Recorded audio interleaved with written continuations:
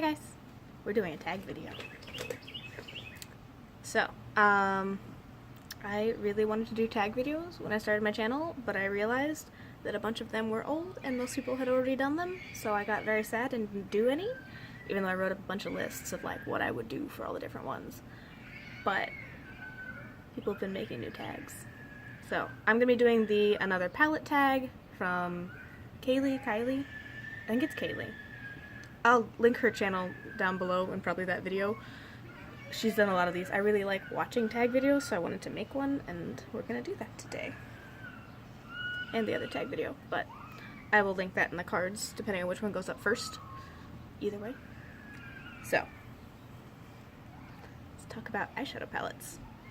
Actually, I don't know if she specified eyeshadow palettes or just palettes, but palettes. So, number one is the first palette you bought.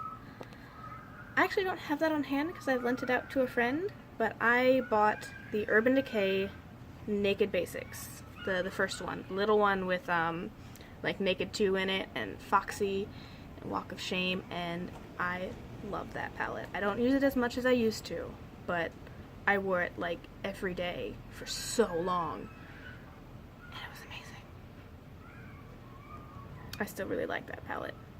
It's a nice little go-to easy palette. But that was my first palette type purchase. Everything else before that had been like singles or leftover stuff that I bought for prom and then never used up. 2. Most recent purchase. GVS Place Magic Palette. I almost grabbed the wrong palette actually because I got a couple in a couple weeks. This is my most recent purchase and I'm actually trying it out. I did my first impressions and I've been wearing it for the last week, and I'm really liking it. So, it's a good recent purchase. I really like it. It's actually my first palette from GVS Place, and oh, that's so uneven. There we go. I'm really enjoying it, and it's not helping me with the trying not to buy more palettes, because I now need to buy, intensely want to buy the rest of her palettes, because the quality is amazing. Regret missing out on what palettes do I regret? I have 2. I have the standard one that everybody says is I didn't get the Mi Vida Loca palette from Kat Von D for myself. I bought it and I gave it to a friend as a Christmas present. But I didn't get one for me because at the time I thought I didn't use bright colors, so I wasn't going to get into it, I wasn't getting enough use out of it, and I'm really upset that I don't have one. It still annoys me when I see people and they're like, oh, you know, I know everybody can. I was like, oh, I didn't get one. I had it, I touched it, and I gave it away. And I really wanted to bring it back so I can have one because I want it. But I have another one that actually ties into my number 4, but I am sad that I missed out on the original Urban Decay Alice in Wonderland collab. It looks so pretty. Like, I see people, because when I first got the Alice Through the Looking Glass palette, I kept like looking up tutorials and realized like, you did one for the first movie? How did I miss that?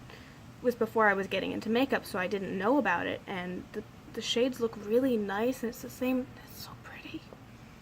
So I really wish that I had known about it at the time, or that they had re-released it with the second one, but it looks really pretty and I don't have it, and I'm sad. But also not sad enough to try and find like dupes and recreate the palette. I'm just gonna quietly be sad that I don't own it. Which is number 4. What palette makes you happy to look at? Alice in Wonderland Through the Looking Glass. So the packaging is gorgeous. You've got this cute little mirror and this little pop-up section with a butterfly that like flaps. And then I also really like looking at the actual palette. I really like these shades. I really like how they built it up. I really like that you got a bunch of neutrals and a bunch of bright colors and they can be used together in really nice ways. And this has my favorite bronze shade, which I need to find a dupe of because I'm going to use it up otherwise and be stuck without a really good bronze shadow. But yeah, in general, this palette just makes me happy, and I always like the looks that I get out of it, I like taking it out and using it. I like just having it out on my makeup station and seeing it and being like, ooh, you're pretty. So, number 5 is, I have to move on before I just vent about how much I like this palette. Number 5 is palettes that I've changed my mind on, and I have 2, because they changed in different ways. So, the first one is the Too Faced Sweet Peach palette. I changed my mind on this a couple times. To see, because everybody can see what it looks like on the inside. Everybody probably has this by now. I didn't get it on the first run because I saw it and I was like, I don't know, swatches are kind of inconsistent and all the pictures make it look like they're either really dark or really light, and I couldn't see enough of a reason to buy it for the first round. And then as soon as it sold out, I started to wonder about if I was going to like it. And I couldn't find it anywhere to swatch, and then I started finding more videos of people making looks that I would have liked out of it, so I got really sad that I didn't get it, but they were bringing it back, so I got very excited again, being like, I'm gonna get it, I'm gonna get it, I'm gonna get it. And then I got it, which, that was kind of a debacle in itself. I was staying at my boyfriend's house that night, and I told him, I was like, I'm gonna get up, I'm gonna get it, I'm gonna get in line, I'm gonna get in queue. And I think I got in queue a couple times because I kept falling asleep because it took forever. Like, you got in line and then the site crashed, and then you got back in line and it told you you had 3 hours to wait, but you weren't super sure because people dropped out of line, then you were going to move up faster, so you couldn't even like set an alarm. I think I ended up like rolling over at like 5 a.m. and having a 20-minute wait and getting the palette. And then it took so long to get to me. It took long enough that I ordered another palette from Sephora when they launched on the Sephora site, and I got that one first. So, getting it was kind of unreasonable. They ended up setting out like an apology thing and like overnighting stuff, but they were really not ready for the demand, and that was kind of eh. And then I got it, and I like it, but it's not the be-all end-all that it was raised up to be. The shadows are nice, but a lot of them they show up a lot more opaquely over a cream base. They're not as amazing on their own like I was expecting. I was expecting the same quality of like the original chocolate bar, and these are just a little below that. The cream shades, the matte shades, are really nice, and they show up, and they blend out really nicely, and it smells nice, and I like it, but I just really wish the shimmer and metallic shades were more opaque. So I'm a little disappointed. I still enjoy it. I'm not going to like get rid of it or anything, but I'm not as sold as everybody else was. I kind of wish it was a little better. So, changed my mind multiple times on that one. So, ended up kind of on it. And then the other one I've changed my mind on is this Tarte Make Believe in Yourself palette. This one I saw and I didn't want really at all. Something about the way it was photographed, it didn't look good to me. It didn't look useful. And then my friend started talking about how she wanted it, and so I gave it another look. I still wasn't convinced, and then I ended up touching it in store, and they swatched so nicely. And they were so pretty and so metallic. And so I thought on it some more and ended up buying it, and I am very happy with this palette. There is some glitter fallout, but I don't care. I get really pretty looks out of this. I get more interesting looks than I was expecting. Something about the shades just didn't look like they were going to be fantasy enough.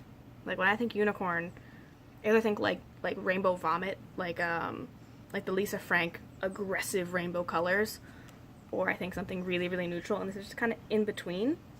And also they put a bunch of names in here that didn't really make sense, like, why are you putting wings in a palette for a unicorn line?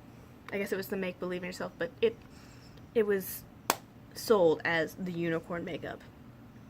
And so I've come around. I like it a lot. It's a very nice palette. It makes me very happy, and I'm glad I got it. So, changed my opinion.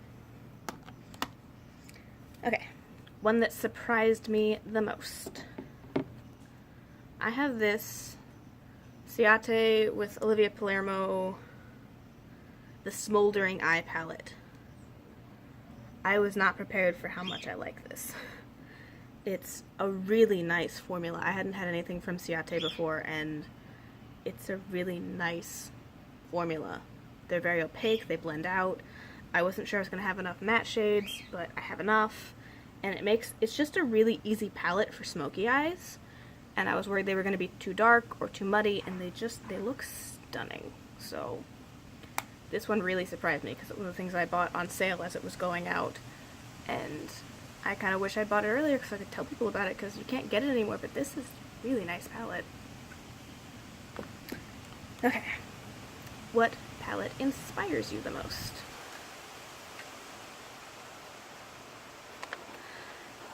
I really love this palette, and it does really drive me to make more colorful looks, to involve more colors in my looks. Even if I don't have the color in the palette that I end up wanting, it makes me think about it. I end up thinking about, okay, I have this really aggressive pink, how am I going to use that? And then I get inspired and I end up putting it in a bunch of places that work out. I didn't think I was going to like this lime green, and it's gorgeous.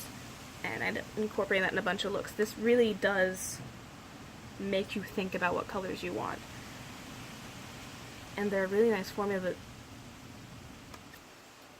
backs up what you want out of it.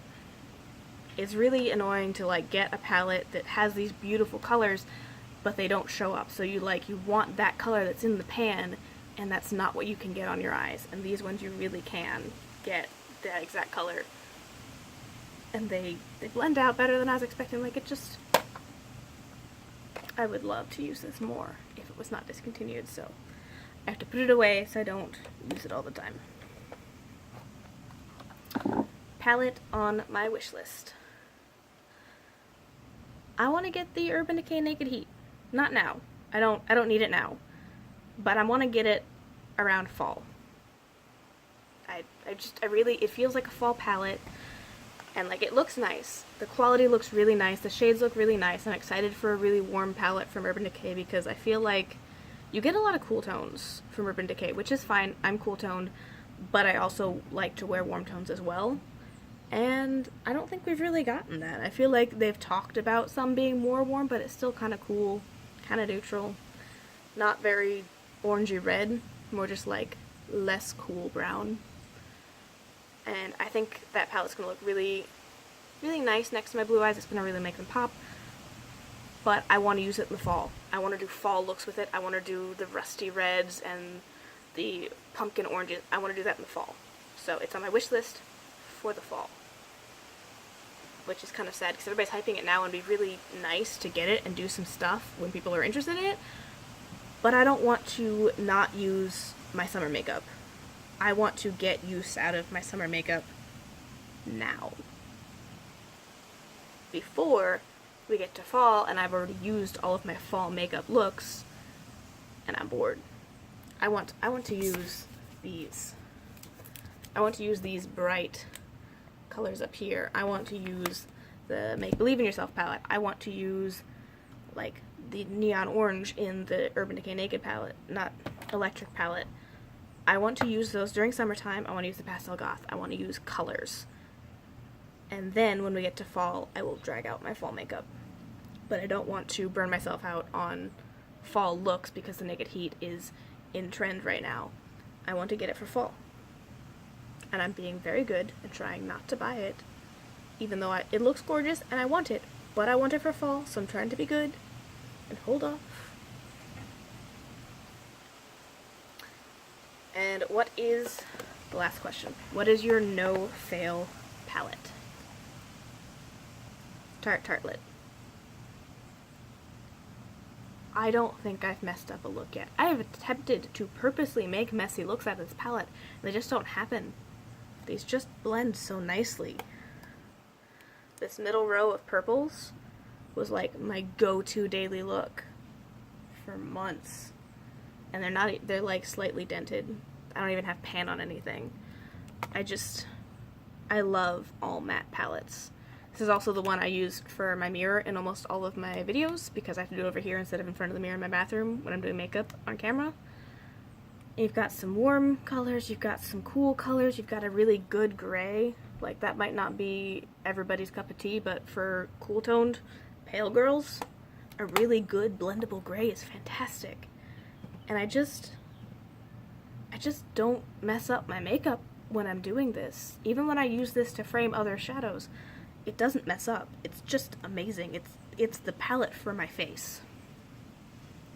And Tarte makes some of my favorite shadows across the board, so they show up, they blend out, they're gorgeous.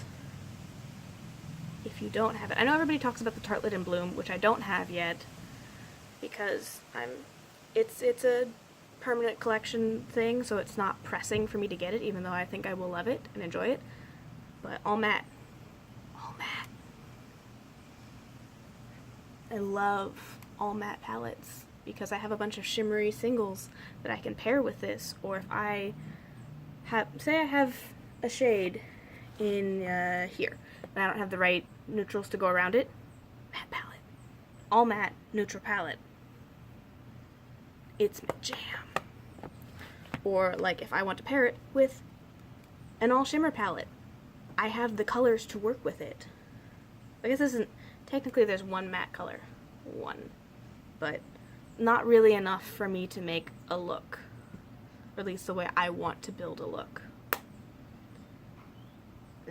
And they work really well with other shades. If I pull in a weird color from a different palette, these work really well with it. They don't skip over each other, they don't get patchy, they show up so nicely. I love this palette.